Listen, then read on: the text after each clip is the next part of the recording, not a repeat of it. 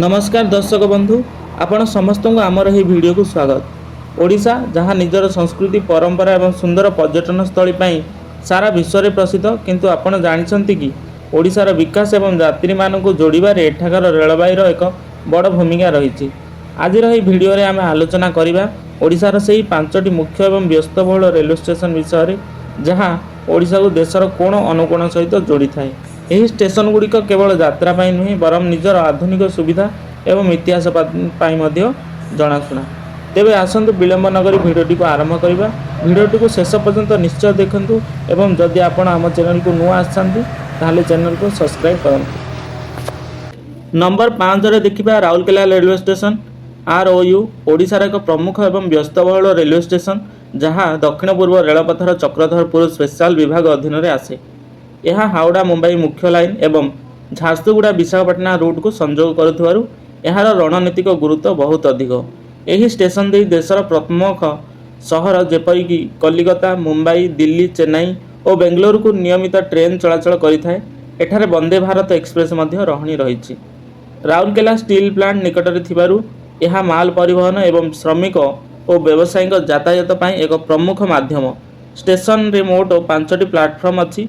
एठारे wifi, escalator, प्रतीक्षालय एवं स्वच्छ पानीय जल भली समस्त सुविधा उपलब्ध।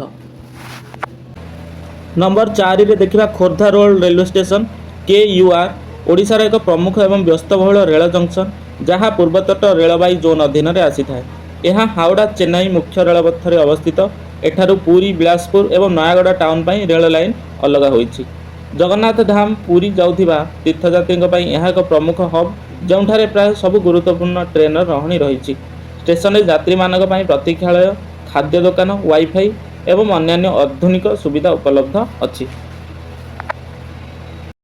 नंबर 3 रे देखिबा कटक रेलवे स्टेशन। यह होछि ओडिशार एक प्रमुख एवं व्यस्तबहुल रेल स्टेशन जहाँ पूर्वतट रेलपथ अधीन में आसे। यह कटक सहर को देशर विभिन्न प्रमुख सहर सहित सीधा सड़क जोड़ी थाए।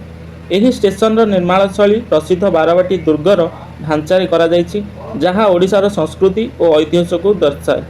आधुनिकरण वर्तमान यह एक विश्वस्तरीय स्टेशन भाव में विकसित करा जाउछि जेउथिरे आधुनिक एस्कालेटर एवं उन्नत यात्री सेवा उपलब्ध हेउछि।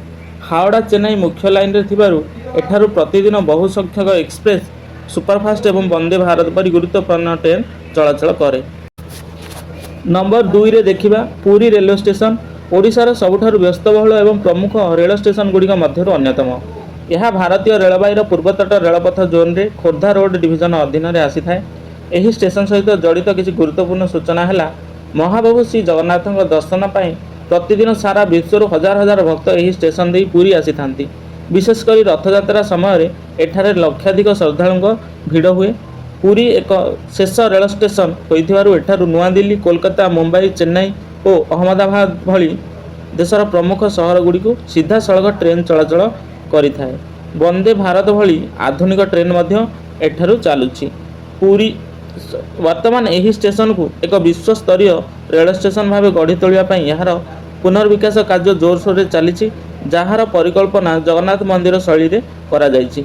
स्टेशन परिसर में यात्री मानक पई विश्राम गृह, सस्ता आहार केन्द्र एवं सुरक्षा व्यवस्था उपलब्ध रही। नंबर 1 रे देखिबा Bhubaneswar railway station. Bhubaneswar railway station ओडिशार राजधानी भुवनेश्वर में अवस्थित एक प्रमुख एवं व्यस्तबहुल रेलवे स्टेशन। यह पूर्वतट रेलपथर मुख्यालय एवं एक गुरुत्वपूर्ण जंक्शन। यही स्टेशन देशर विभिन्न प्रमुख सहर जेपरिक दिल्ली, मुंबई, कोलकाता, चेन्नई एवं बेंगलुरु सहित सीधा सड़क जोड़ी हुई रही। यात्री मानक एठाने आधुनिक सुविधा सुजोग, वाईफाई, एसी एवं स्वच्छता पर विशेष ध्यान दि जाए। ओडिशार पर्यटन एवं अर्थनीति रे यही स्टेशन भूमिका अत्यंत गुरुत्वपूर्ण। यही 5टी प्रमुख रेलवाई स्टेशन ओडिशार प्रगति, संस्कृति एवं पर्यटन को सारा देश सहित जोड़बार सबुठारु गुरुत्वपूर्ण भूमिका ग्रहण करिसंती। आशा करूछु एही भिडियोटी आपनको भल लागिथिबो। ओडिशार एमिति आहुरी सुंदर सुंदर सूचना पाई आम चैनल को लाइक, शेयर एवं सब्सक्राइब निश्चय करंतु। धन्यवाद। जय जगन्नाथ।